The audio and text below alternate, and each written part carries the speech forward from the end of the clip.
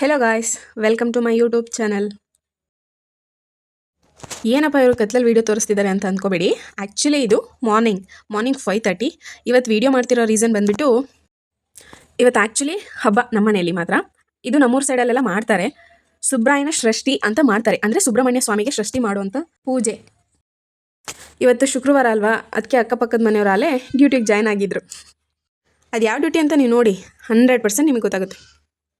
ನೆನ್ನೆ ಪೂಜೆಗೆ ಅಂತ ಹೇಳಿ ಐಟಮ್ ತರೋಕೆ ಅಂತ ಹೆಗ್ಗೆರೆಗೆ ಹೋಗಿದ್ವಿ. ಆಗ ನಮ್ಮ ಮನೆಯವ್ರು ಒಂದೇ ಲಾಗ್ ಹೇಳಿದ್ರು. ಏನಂತ ಕೇಳ್ತೀರಾ? ಈ ಮಂತ್ ಎಂಡಿಂಗಲ್ಲಿ ನಾವು ಔಟಿಂಗ್ ಹೋಗ್ತಿದ್ದೀವಿ, ನೀವು ಬರ್ತೀರಾ ಅಂತ ಕೇಳಿದ್ರು. ಓ, ನೀವು ಕರೆಯೋದೆಚ್ಚ ನಾ ಬರೋದೆಚ್ಚ ಅಂತ ಹೇಳಿದೆ.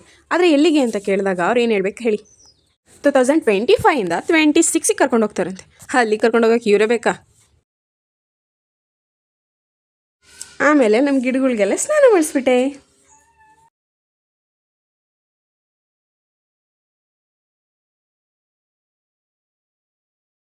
ನಾನು ಕಲ್ತಿರೋ ಅರ್ಧ ಬರ್ಧ ರಂಗೋಲಿಲಿ ಇದು ಒಂದು. ಹಾಗಂತ ಖರಾಬಾಗೇನು ಬಿಡಿಸಲ್ಲ, ಜಸ್ಟ್ ನೋಡಿ.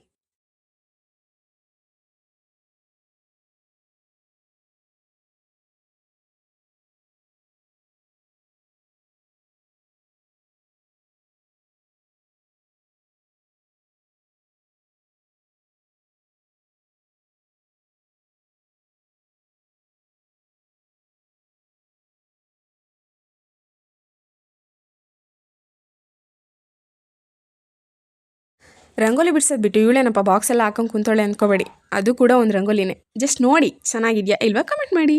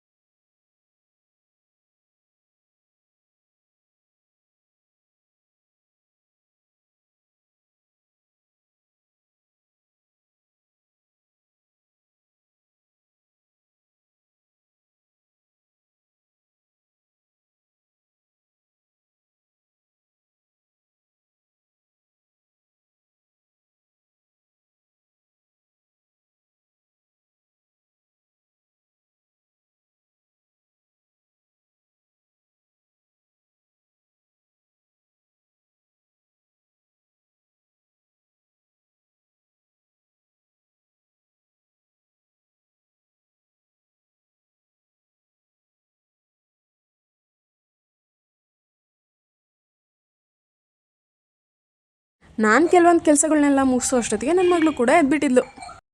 ಅವಳನ್ನೂ ರಂಗೋಲಿ ಪಕ್ಕ ಕುಂಡ್ರಿಸಿ ಕೆಲವೊಂದು ಕ್ಲಿಪ್ಸ್ ತೆಗೆದೆ ಅಷ್ಟೆ. ಆಗಲೇ ನಿಮಗೆ ಪೂಜೆ ಅಂತ ಹೇಳಿದ್ನಲ್ಲ, ಹಾಗಾಗಿ ಈಗ ಬದನೆಕಾಯಿ ಬಜ್ಜಿ. ನಮ್ಮ ಕಡೆ ಎಲ್ಲ ಹೀಗೆ ಮಾಡೋದು.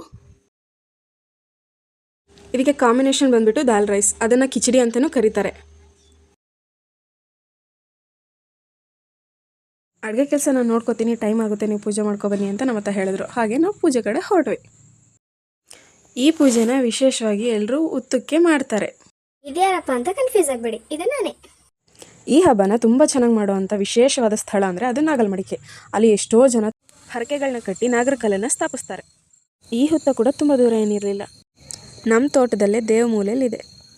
ನಾವು ಬಂದಾಗ ಈ ಹುತ್ತದ ಮೇಲೆ ಸ್ವಲ್ಪ ಸ್ವಲ್ಪ ಹುಲ್ಲೆಲ್ಲ ಇತ್ತು, ಅದನ್ನೆಲ್ಲ ಕ್ಲೀನ್ ಮಾಡಿ ಈಗ ನಾವು ಪೂಜೆ ಮಾಡ್ತಾಯಿದ್ದೀವಿ. ಪೂಜೆ ಮಾಡೋ ಟೈಮಲ್ಲಿ ಮಾತಾಡೋಣ ಬಿಟ್ಟು ಪೀಸ್ಫುಲ್ಲಾಗಿ ನೋಡಿದ್ರೆ ಒಳ್ಳೇದಲ್ವಾ.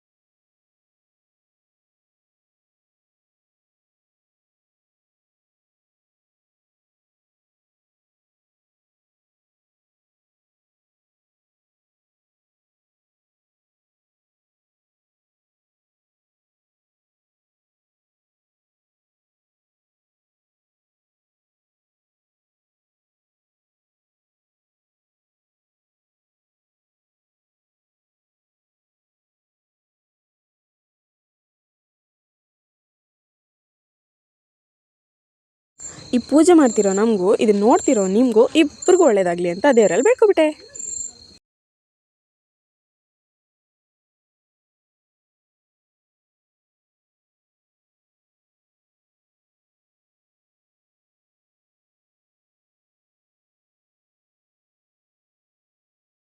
ನಾನು ಪೂಜೆ ಮಾಡಿದ್ದು ಮುಗೀತು. ನನ್ನ ಜೊತೇಲಿ ಬಂದಿದ್ದ ನಮ್ಮ ರಾಯೇಶ ಮತ್ತು ನನ್ನ ಮಗಳು ಇಬ್ಬರು ಸೇರಿ ಪೂಜೆ ಮಾಡಿದ್ರು.